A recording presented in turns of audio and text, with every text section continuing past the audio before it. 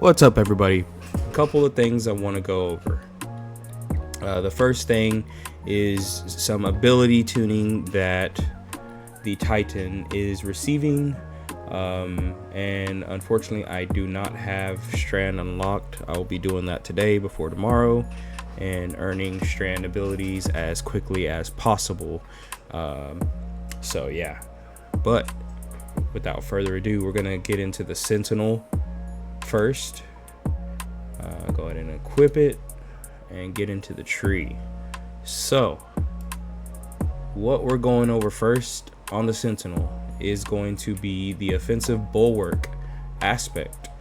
The change they made is that while the player has an overshield, final blows now grant melee ability energy.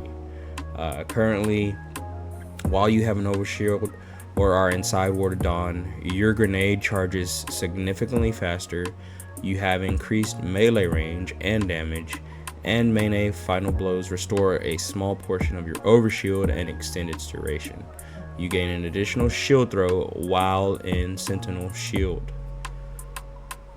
So going to the next aspect they tuned was Unbreakable. So Unbreakable, final blows with Unbreakable's blast now grant Devour, and it slightly increased the size of Unbreakable's blast as well.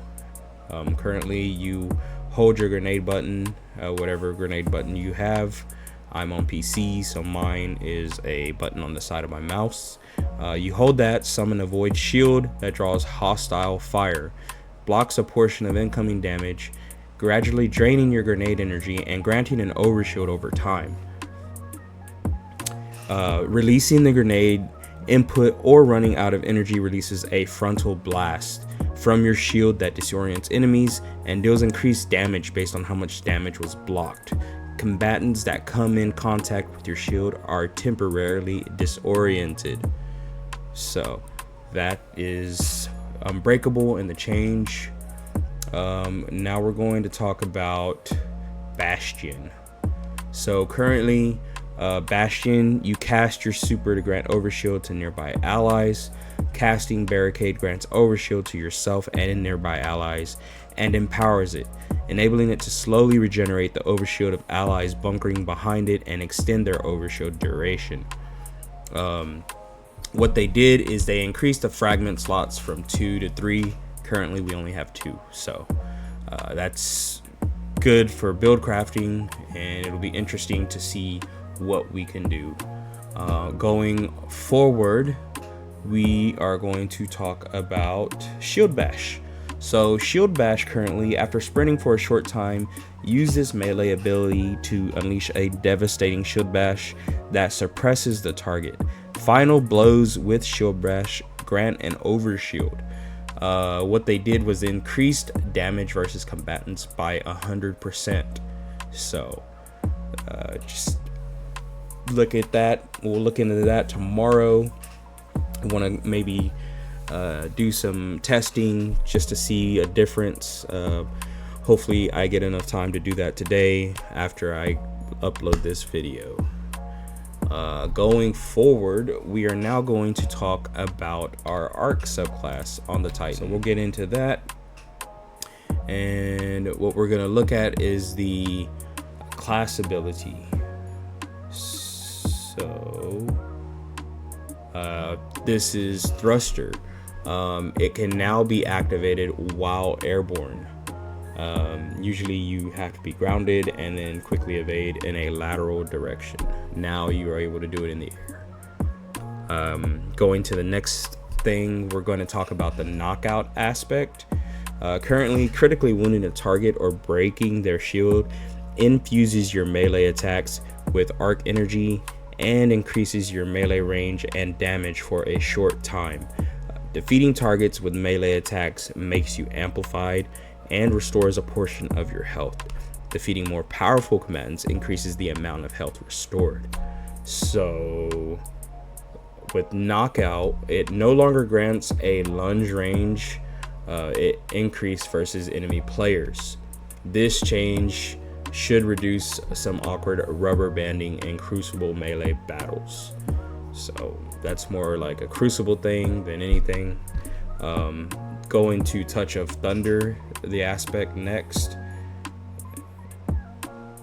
So right here in Touch of Thunder, currently what it does is Flashbang, Pulse, Lightning, and Storm Grenades have enhanced functionality. The Flashbang Grenade emits an additional blinding flash on bounce. The Pulse Grenade creates ionic traces periodically as it damages targets and increases its in damage over time.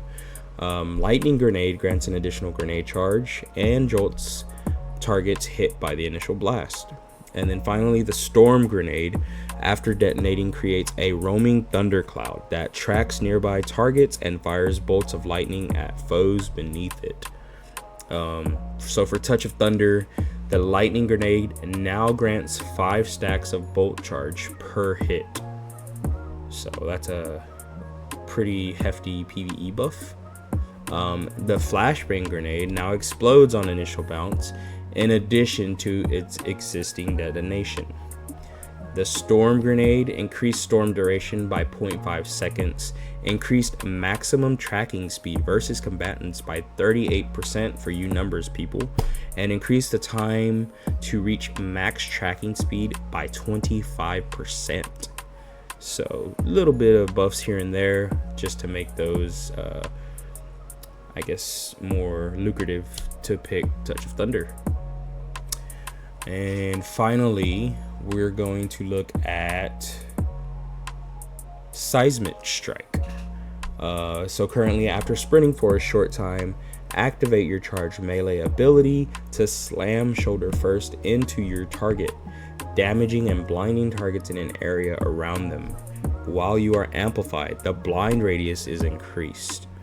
So they increase damage versus combatants by 100%. And that's all for the Arc Titan. Now we're gonna go to our Solar Titan. So for the Solar Titan, the first thing is the Hammer Strike. Currently, Hammer Strike, after sprinting for a short time, you use this melee ability to swing a blazing hammer that scorches your target and deals damage in a cone behind them. If your target is defeated by Hammer Strike, they ignite. For Hammer Strike, they increase damage versus combatants by 100%. And that's the only thing they changed on the Solar subclass of Sunbreaker.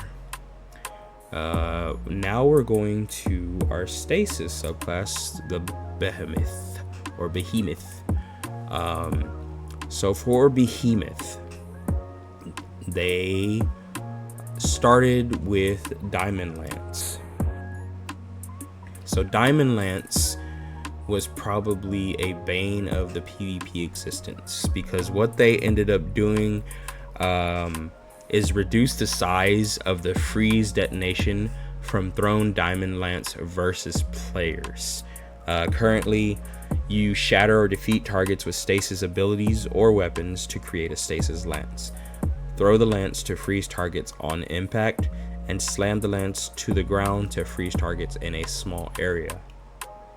So that's definitely a PvP adjustment. The Cryoclasm aspect. Currently, your slide distance is greatly increased. Sliding into stasis crystals or frozen targets shatters them and any nearby frozen targets. Now, what they did was sliding while you have frost armor now launches a stasis wave that shatters stasis crystals and frozen enemies in front of you.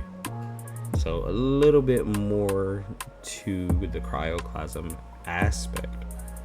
And the next thing they're talking about is the Glacial Quake Super. So currently, you slam your gauntlet down to create a shockwave that freezes targets and sends out stasis crystals to freeze additional ones. This is with your normal attack. And then you can also supercharge your Shiver Strike for bonus damage, sprint through stasis crystals or frozen targets to shatter them instantly. And what they did with Glacial Quake is heavy attacks now deal additional damage in an area in front of the Titan. So that's all for the Behemoth. Unfortunately, like I said, I do not have the Strand subclass fully unlocked yet. But what they did with the Strand subclass for the Titan, Dranger's Lash aspect, so defeating an elementally debuffed target now grants class ability energy. Increase the fragment slots from 2 to 3, and the suspending waves impact damage and now scales with your class stat when your class stat is above 100.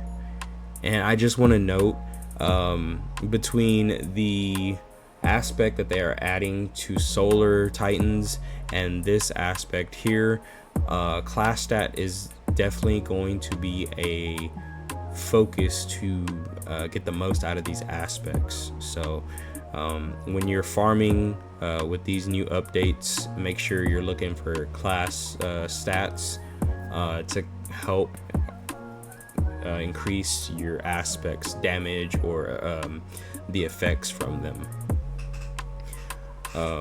So now we're going to go to our Cryptarch, and I'm gonna go in here and we're gonna talk about some exotics. So we're gonna go pretty much verbatim on these changes.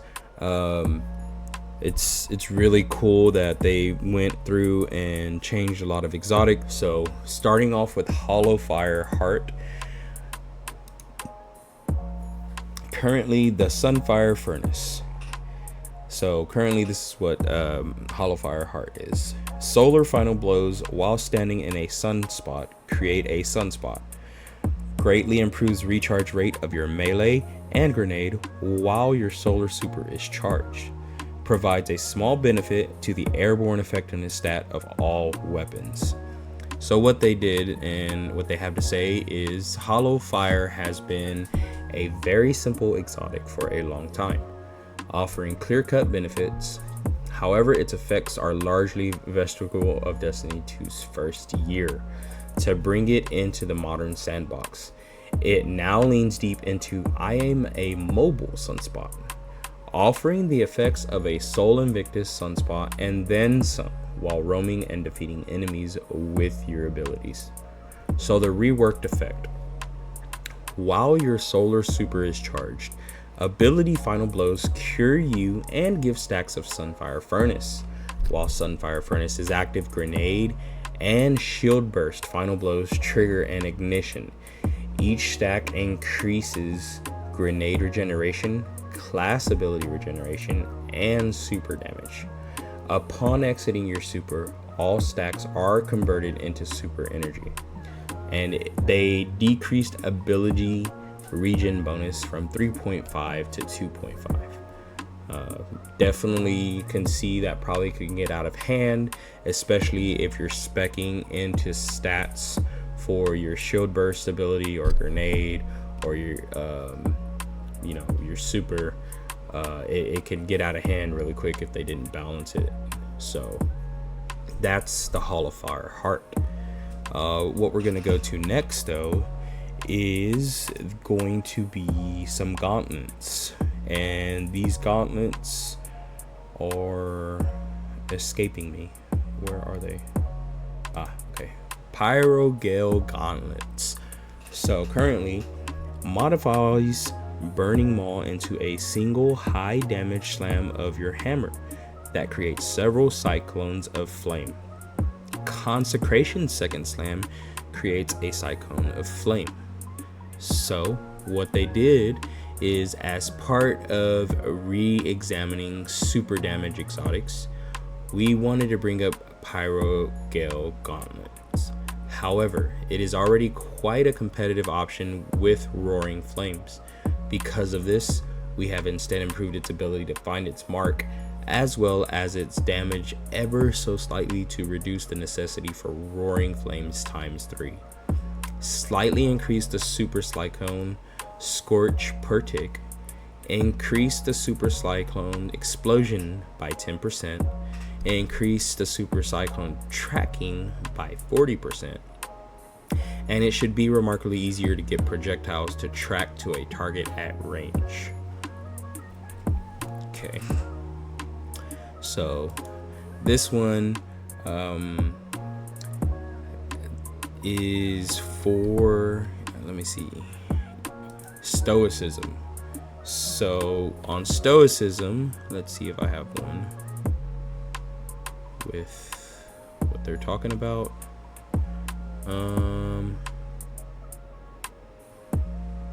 Okay, yeah. So Spirit of the Star Eater, they nerfed it a while back, and now in comparing super damage, we believe that it's safe in the modern super damage climate to increase Spirit of Star Eater's benefit for Twilight Arsenal back to its former values. Increase Spirit of Star Eater benefit for Twilight Arsenal from 25% to 50%. So that's a buff. It's a good buff. This was one of the chases when the Titan exotic class item came out, because it buffed the super you get from the final shape, the Twilight Arsenal, and then they nerfed it, and now they're bringing it back. So it's a good one to see come out. Moving on, we are going to the next armor piece, and that is the, where is it? Severance Enclosure. So powered melee final blows unleash a damaging explosion. Finishers and final blows against more powerful targets increase the radius and damage of the explosion. So what they did is, we figured it was high time to give back Severance Enclosure some of its potency, while also helping it bind into the few kinetic aligned keywords we used. Improved occlusion on the detonation, making it easier to hit with. Removed effect that prevents combatants from being hit by multiple shockwaves in a short period of time, and enemies hit by the shockwave are disoriented for a short time. So that's Severance Enclosure. Moving on, we're going to talk about a more recent armor piece. Why is it on this page? That's weird. Okay, so the Praxic Vestment. Currently, you gain an air move jetpack. Weapon and arc powered melee final blows build up jetpack fuel. While airborne, you compress your movement or your melee to charge the jetpack. On release, activate jetpack with a forceful blast of exhausting arc energy, then fly forward a short distance based on the amount charged, collide with a combatant to unleash a blinding blast of energy, and gain a temporary bonus to melee stat. So what they did, it has a cool fantasy, but its tuning at Renegade's launch prevented it from being the exciting new option that we wanted it to be. In this release, we've given it a significant tune-up by improving its value, uptime, and usability. Increased melee attack damage by 500%. Big slam. Increased jetpack fuel gain per weapon kill in PvE from 10% to 20%. Increased jetpack fuel gained per powered melee kill from 35% to 50%. Updated the exotic perk to recognize knockout kills as powered melee kills. Improved the jetpack flight experience. Decreased the wind-up time for maximum flight duration from 0.8 to 0.5 seconds. Remove the behavior that caused jetpack flight to end early when contact is detected with the floor or a wall. Fixed a bug that caused the jetpack kick to target dead enemies, ending flight early, and updated camera to better convey your speed. I never use plans is next. So currently, while you have Avoid super equipped, rapid shotgun final blows or defeating a powerful combatant with a shotgun will grant a void overshield and start health regeneration. While you have a void overshield, shotguns deal additional damage, and shotgun final blows refresh the overshield. Provides a moderate benefit to shotgun airborne effectiveness and reload speed. Now, long have players asked to have no backup plans to work on non-void to go with the exotic's visuals shifting to match. We are happy to say that it now does. It operates a bit differently than it used to, but it still leans into aggressive close range play built around your defensive buffs. Additionally, we've opened up the triggers to melees as well as shotguns to allow cleanup punches to also keep the engine going. Now triggers and benefits off of both shotgun and melee final blows. Shotgun or melee final blows now start health regeneration instead of granting a void overshield. Shotgun or melee final blows extend the timer of any active defensive buffs on you. This includes void overshield, restoration, amplified, frost armor, and woven mail.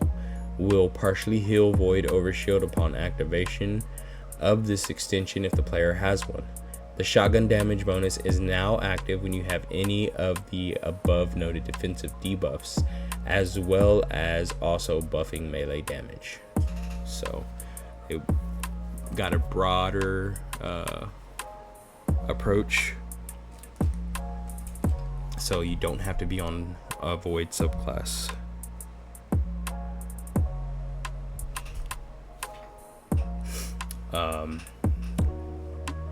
Moving on, looking helmet, the Cadmus Ridge Lance Cap.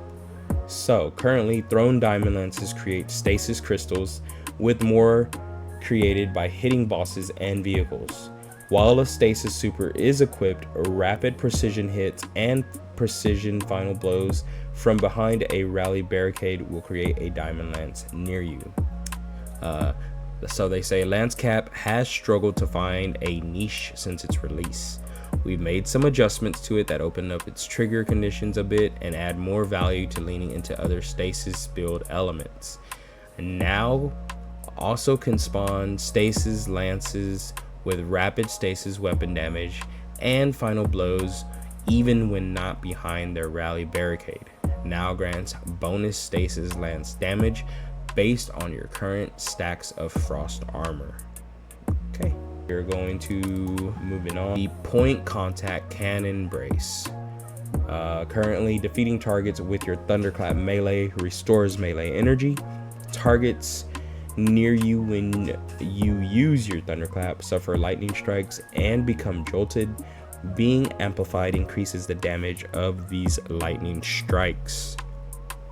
So, point contact has routinely been at its best when you are just tap firing thunderclap instead of charging it, which neglects the awesome fantasy of the ability. So we are making a couple changes targeted at making the user experience of charging thunderclap with point contact better, which of course means more lightning. So activating thunderclap also releases lightning strikes as you start winding up the punch. Lightning strike damage now scales further based on how long thunderclap is charged for, up to 2 times. This stacks with the bonus damage from casting while amplified, reworked melee regen from lightning strike kills to compensate for the new wave of bolts on charge up, and no longer target tiered. Flat amount has been increased to compensate. Should see larger returns on average. Okay. Helm of Saint 14. So currently, targets that enter Ward of Dawn are blinded, while allies that pass through gain a weapon damage boost. Guarding with Sentinel Shield blinds nearby targets. The current output of Helm of Saint 14's Disorient in PvE is completely overshadowed by Weapons of Light, and alongside the rework to Ward of Dawn, we also found that Disorient posed concerns in PvP. We took the opportunity to give this exotic a complete facelift that integrates it with the ward changes, provides a more appropriate replacement to the Disorient, and bolsters the fantasy of being Saint 14, inspired by his infinite bubbles from old story missions. Unchanged is Weapons of Light continues to persist for the wearer and for allies upon leaving your Ward of Dawn. Added new visual effects to Ward of Dawn to indicate if it will provide Weapons of Light upon leaving. Removed no longer disorient enemies within your Ward of Dawn or upon blocking with Sentinel Shield. New functionality. While Weapons of Light is active, kills or sustained damage from any source grant stacks of the Saint. Under the same circumstances, void and kinetic damage sources will also suppress in a radius around the victim. Picking up your Ward of Dawn consumes all accrued stacks of the Saint and then extends your ward's duration based on how many stacks were consumed. Helm of Saint 14 synergy with a specific exotic weapon has also been adjusted. And off the top of my head, I can't tell y'all what that is, but as soon as I figure it out, I will be posting something on that. The ACD Zero Feedback Fence. Feedback Fence has been a recurring point of feedback in the Crucible, even when not charged up. This should help. It no longer provides any melee damage resist versus players. Currently, melee hits grant armor charge, and you take less melee damage while you have armor charge.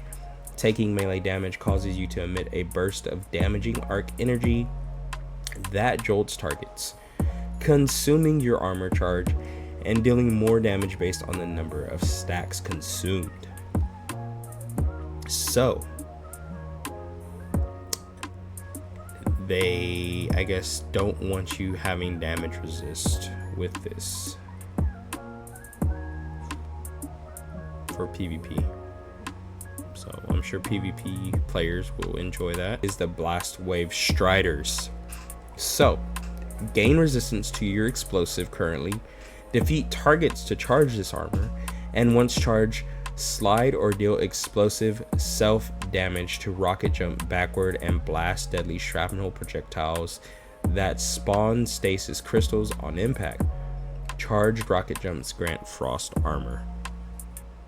So now, with many changes coming to the base stasis kit, we looked back on how our dedicated stasis exotics were performing and saw a spot to help improve the performance, consistency, and potency of Blast Wave Striders all in one fell swoop. This should help shift it from a highly situational tool to an on-demand stasis explosion for aggressive behemoth playstyles. Adjusted the projectile to mirror that of the Renegade's Behemoth Walker's stasis detonation, increased defeats to charge meter, decreased defeats to charge meter, increased tracking strength of stasis shrapnel on detonation, should more effectively track frozen targets, replace sliding with on Silver Strike hits as an activator, fixed an issue where multiple kills on the same frame wouldn't increment. That is the final update to the Titan, to their aspects, their armor, and some of the exotics that they use in their kits. So, if you would be so kind to leave a comment, give some feedback. What are you most excited for with these changes coming? Are you a Titan main? Is this going to make you want to play Titan? Leave a comment. Let me know what you think. And also, don't forget to follow. Don't forget to subscribe. And come check us out on Twitch. We'll be playing for the next couple days and playing as much as possible. So, until then, I will see y'all on June 9th.